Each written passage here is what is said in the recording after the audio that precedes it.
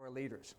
So this week I want to talk about God's name. That's the third commandment here, as you can see it over here on this side, that third commandment.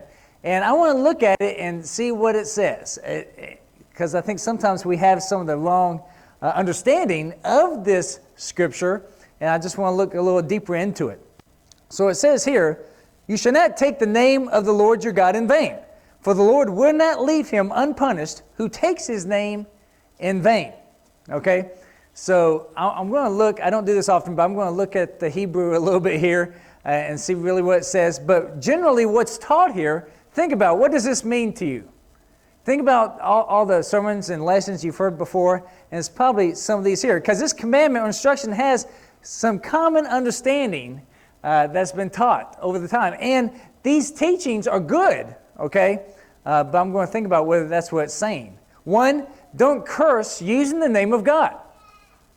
How many of you thought that you've been taught or you've heard this interpretation of this passage? Like if you hit your thumb with a hammer and you say an unchoice word real quick, it's like, oh, I just broke the third commandment. Or you say, wow, it's a hard day at work, and you say the wrong name. Okay? I just broke the third commandment. How many of you have thought that you've heard this commandment meaning that, like a cuss word? Yeah, I've heard that quite a bit. How about this one? Don't swear on the name of God. You know, don't say, I swear that, you know, in God's name that this is true, whatever. Okay? How many of you heard that to be true, saying about this passage? Okay, quite a few of you as well. So usually I think I've heard these two interpretations of this verse. Okay? I'm going to look at a different one that I think what it is, and it's interesting because to me it brings a lot more meaning to us, because usually when we read this passage we think of this right here, oops, or maybe you think of this right here. You have to wash your mouth out, right? I can't believe you just said that. You just broke the third commandment. A lot of the commandments are deep thinking, things that you've thought out, you know, like murder, you know, having another God besides Jehovah God, okay? And so it's not like a hit your thumb with a hammer and you say a bad word. I don't think that's what it means, okay? And even a swearing, you know, I swear, like making the oath. I don't think that's what it means either.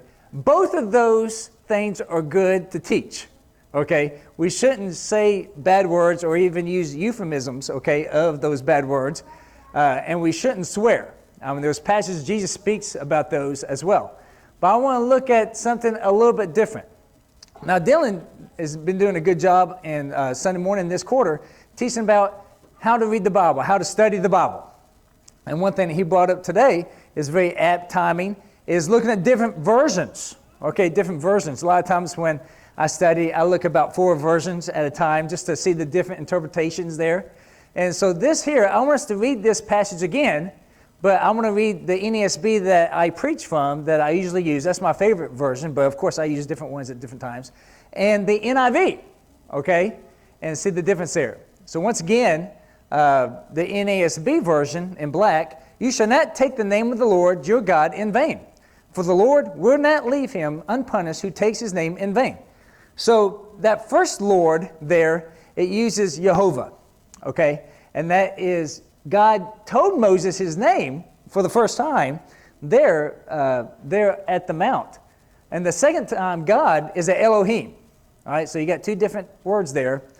But then it says, look at now the NIV version, "You shall not misuse the name of the Lord your God, for the Lord will not hold anyone guiltless who misuses his name." Do you see a difference there? There's a big difference, isn't there? And the NASB version, it says, you shall not take the name of the Lord your God in vain.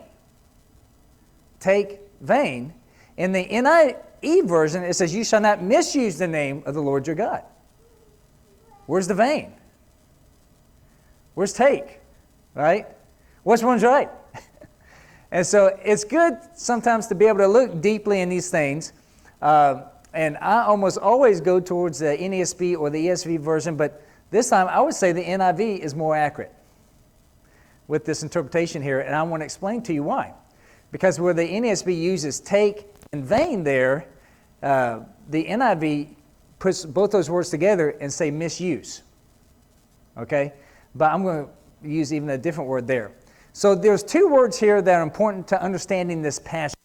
The third commandment. Okay, the 10 commandments. It's pretty important to understand what God is saying here. All right? And I have no doubt that this is the idea that Moses had when he heard this. The first word I want to look at is interpreted in the NASB version as take. Okay? Take. So look here. I want to look at Genesis 4:13, but first I want us to look at Genesis 29:11.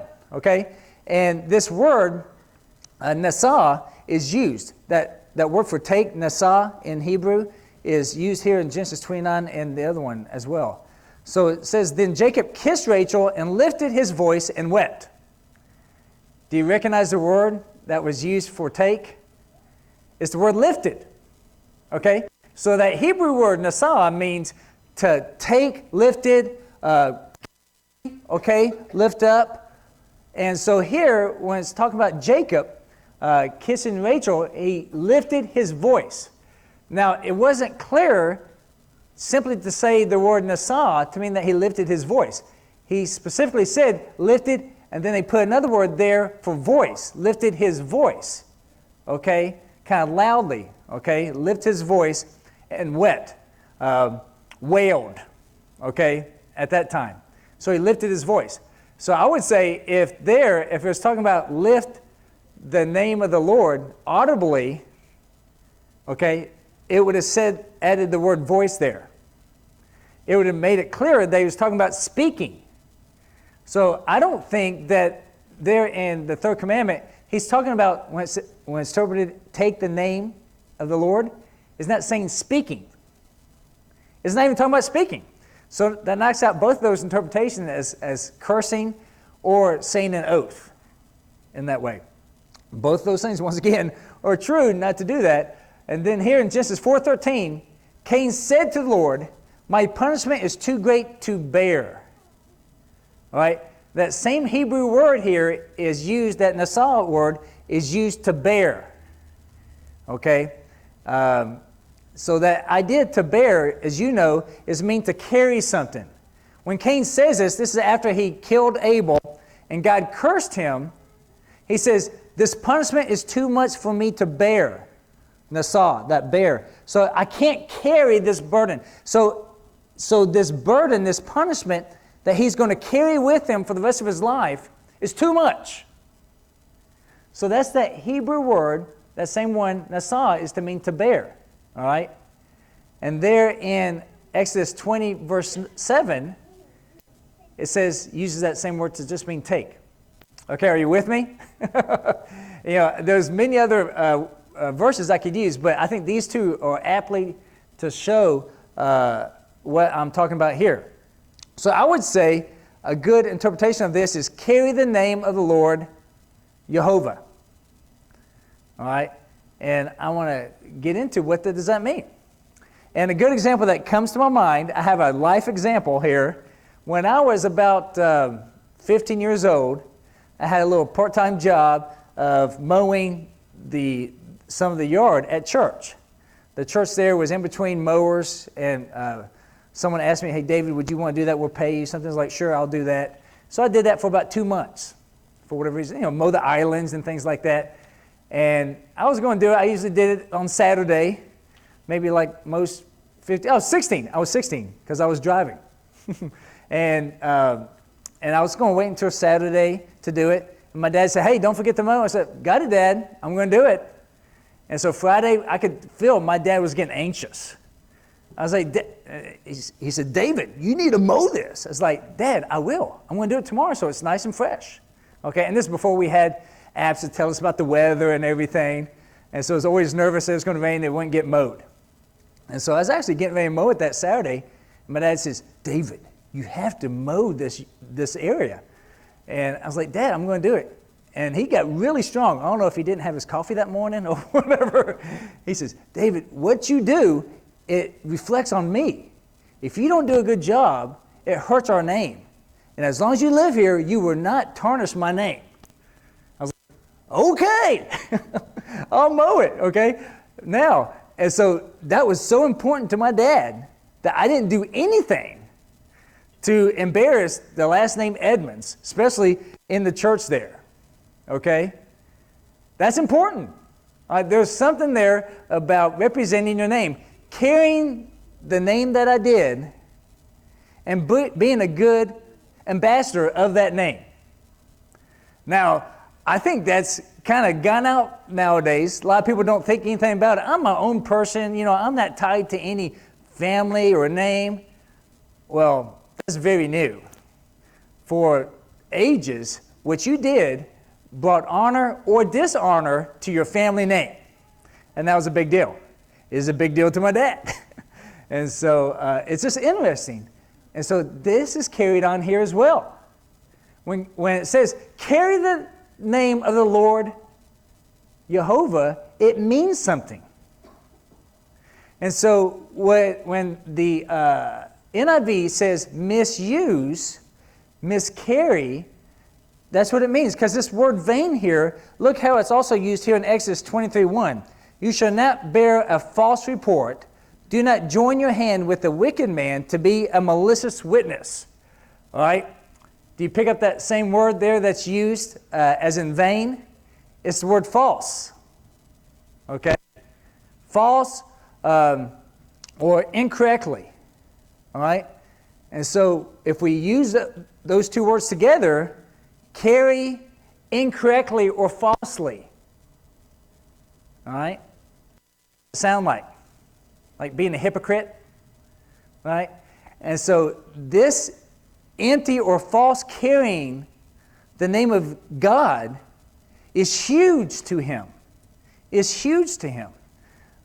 It's debatable. I'm going to talk about in a couple of weeks one of the fake 10 Commandments about is all sin the same kind of thing. Well, if you look at the 10 Commandments, God is pretty strong with this third commandment, isn't he? I'm going to talk about it a little bit later because this third one comes with a punishment. We don't see that with the other commandments. And so if we look at this, the way I would say this passage right here, do not carry the name Jehovah, your God, falsely.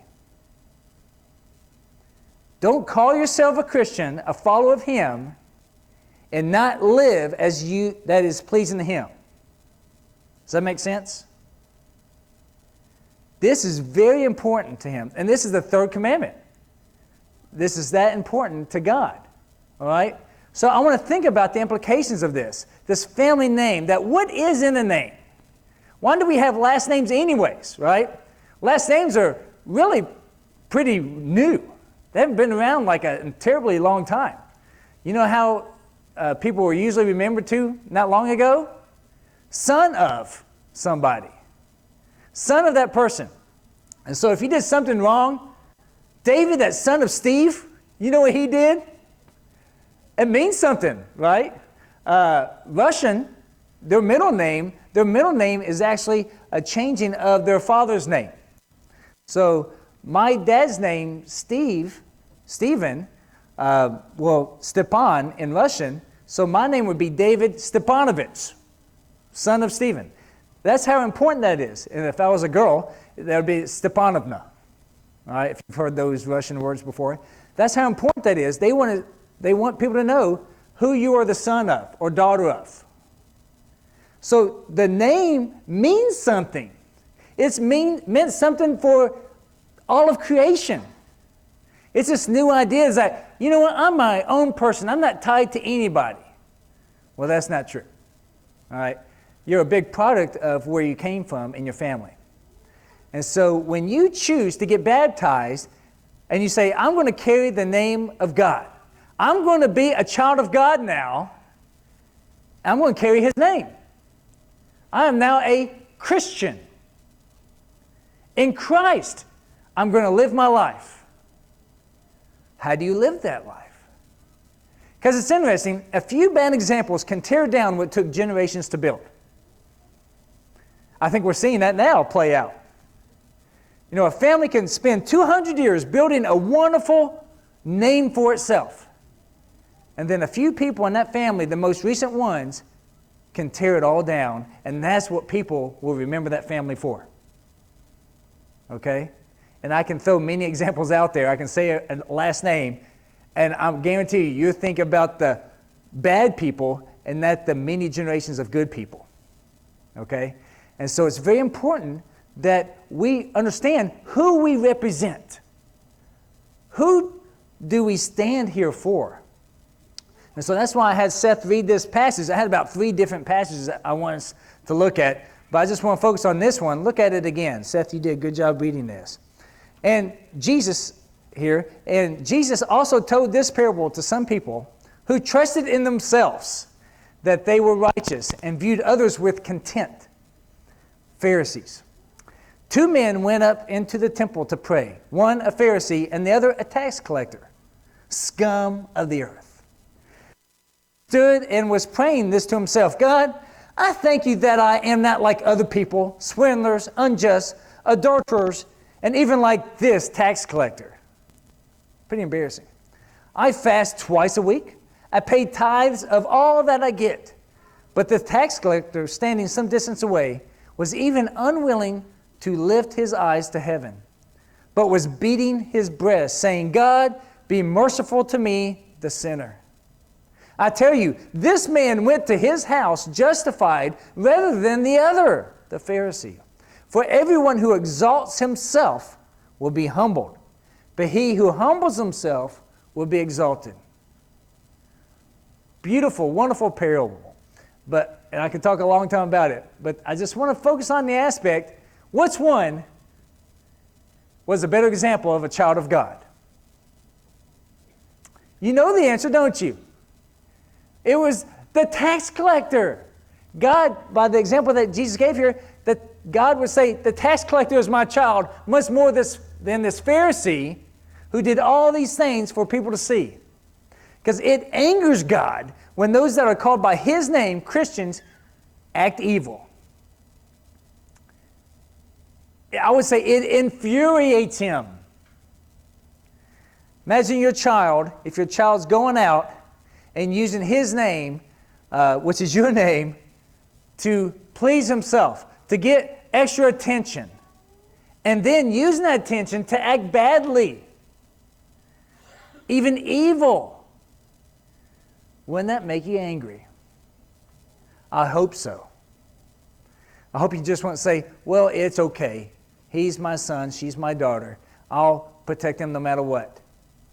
At some point, your honor needs to mean something. God's honor means something. He's like, you will not use my name. You will not call yourselves Christians, at this time Israelites, and act awful. I hate that. I hate it. Because what are you doing? You're making me look bad. You're saying that I'm okay with doing evil. You make me a hypocrite if you live as a hypocrite in my name. Do you see that? And that makes God so angry. And I believe that's what the third commandment is here. So how do we do this? How do we live in a way that we are carrying the name of God in vain, in emptiness, as a lie? Well, there's many ways. I just want to mention 3 here. The hypocrisy of it all, right? Being such a big hypocrite. Oh, like the example given here, everybody, we love you. And then someone comes in here, why are they here? How dare this person come to church? I know what they've done. Have you heard that? Have you thought that? Have you said that? Not good. Or how about this? Breaking covenants. Oh, you're a covenant breaker. This goes to like your oaths. Do you say something and do something else? And so your word means nothing in the community. Oh yeah, that person, he's a leader in the church, but you want to know the truth? Don't turn your back on him. Watch out. You know what you can believe when he says something? That he's still alive. That's all that it means. Okay? If you are a huge hypocrite and a breaking the covenant person, and you're calling yourself a Christian, That's horrible. That's going to make God angry. And last one, not showing God reverence. I think this is a big one as well. If you say, yes, God is my God, Jehovah is my God, and Jesus is my King, and yet you're in worship and not showing reverence. If you can flippantly use His name to show anger, then you're not showing reverence. And that way, I think that's one reason why that interpretation comes from this passage.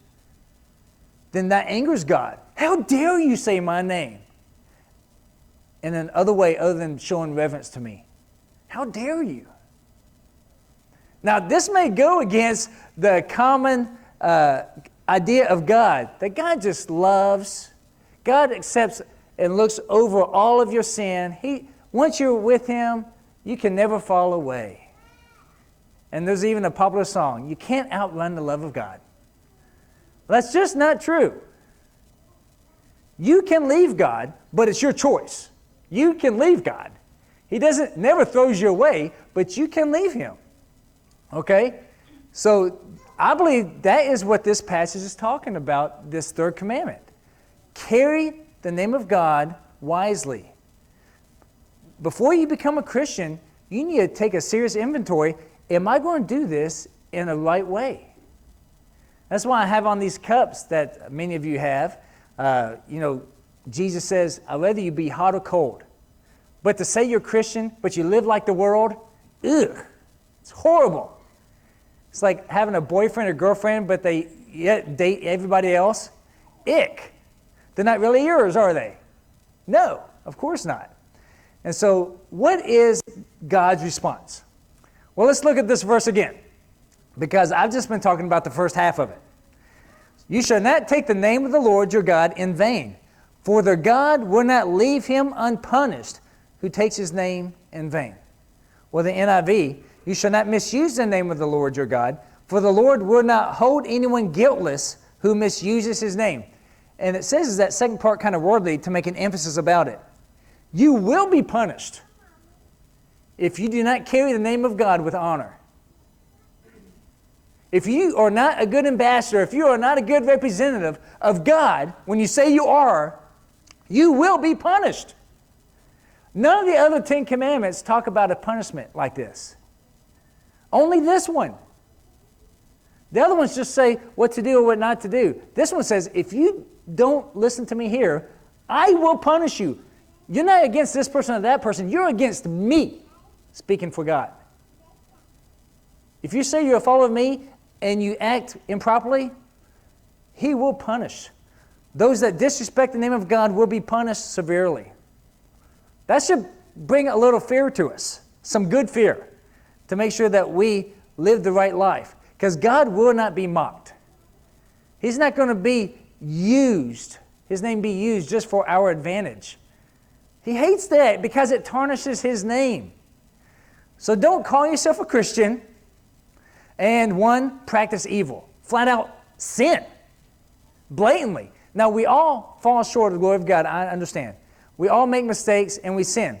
But I'm saying practice evil like a lifestyle. I'm just an habitual liar, or I'm a thief all the time. I go to a store and I at least steal one thing all the time. Or maybe it's a sexual lifestyle that's not good. And you call yourself a Christian? God's like, that disgusts me. Don't call yourself a Christian. Say that you want to be a spiritual person, okay? But don't use my name and live like that. And I think very akin to that, or approve of evil. And no, don't fool yourself to think, I'm not doing it, but I feel bad by saying it's bad. It's the same. It's almost saying that, okay, I'm not doing it, but I would. That's horrible. And you call yourself a Christian and you don't call out evil. I'm not asking you to punish them because that's me. God will punish them. But you at least have to stand up for what God says is right and wrong. To not do that, God's saying, please, stop calling yourself a Christian. It hurts me. It hurts me. It pains me for you to say that you're one of my children and you don't even listen to what I say. And lastly, disrespect his name. When you pray to God, do you do it so flippantly that you don't show reverence at all? When you think about God, whether you come to church or not, it's like, yeah, if I have nothing better going on, I'll come. Are you that flippant about it? Or when you're in church here, you're doing other things. In many ways, you understand what I say here, disrespecting his name. God's like, stop that. Don't you know who I am? I am your maker, and I would be your ender. That's that strong. I only speak this strong about this because that's how I read this commandment. He didn't just say the first part. He said the last part. I will punish them. Not just for generations. Not just for, you will get the penalty in this life. No, I, God, Jehovah, Elohim, will punish you if you say you're my follower and you don't do what's right. It's pretty strong, isn't it? It's a very strong commandment. A lot of people just think, oh, I don't cuss. That's so surface of what this is saying here. It's like, if you're going to say that you're going to live like me, live for me, then you better live for me. So it's beautiful in the way it helps us. If there was just a commandment or something to say, but it's never followed through, we wouldn't take God seriously, would we? It's like a school that says, hey, school starts at 8, but you can come in at 9:30. Not a big deal. Tardy slip, we love you.